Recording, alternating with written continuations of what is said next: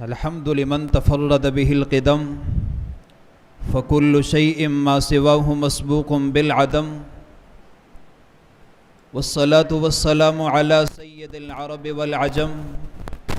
وعلى آله وأصحابه مصابيح الظلم أما بعد فأعوذ بالله من الشيطان الرجيم بسم الله الرحمن الرحيم إنما يريد الله ليذهب عنكم الرجس أهل البيت ويطهركم تطهيرا وقال النبي صلى الله عليه وسلم من سره أن ينظر إلى رجل من أهل الجنة فلينظر إلى الحسين بن علي رضي الله عنهما صدق الله مولانا العظيم وصدق رسوله النبي الأمي الكريم ونحن على ذلك لمن الشاهدين والشاكرين والحمد لله رب العالمين۔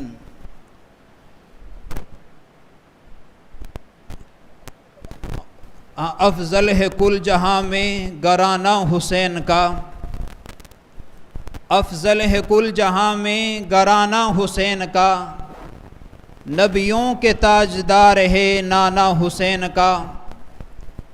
ایک پل کی تھی بس حکومت یزید کی، ایک پل کی تھی بس حکومت یزید کی، صدیاں حسین کی ہیں زمانہ حسین کا۔ انتہائی واجب الاحترام معزز و مکرم برادران اسلام،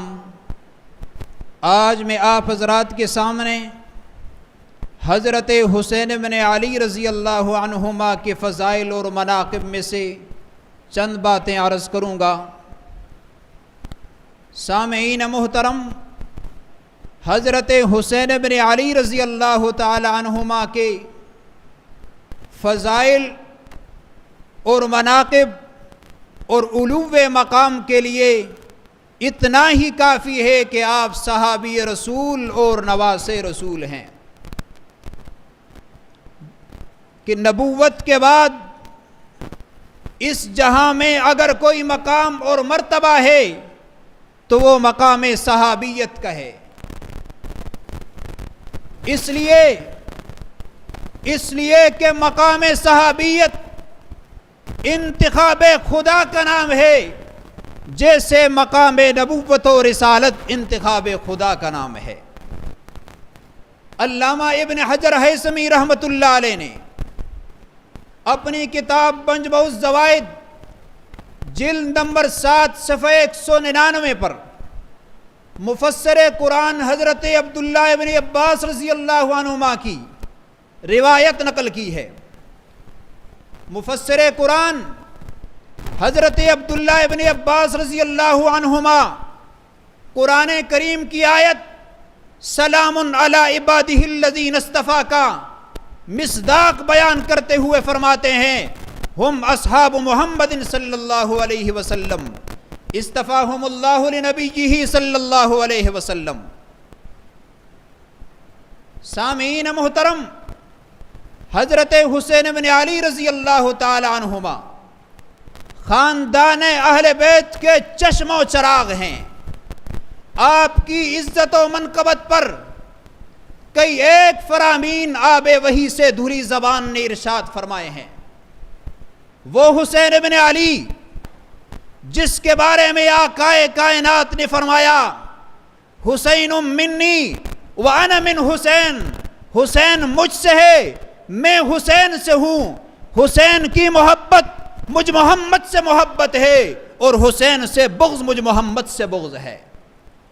میں اس حسین بن علی کی بات کرتا ہوں جس کے بارے میں نبوت نے فرمایا، الحسن والحسین اسمان من اسماء اہل الجنہ، حسن اور حسین جنتی دو جوانوں کے نام ہے۔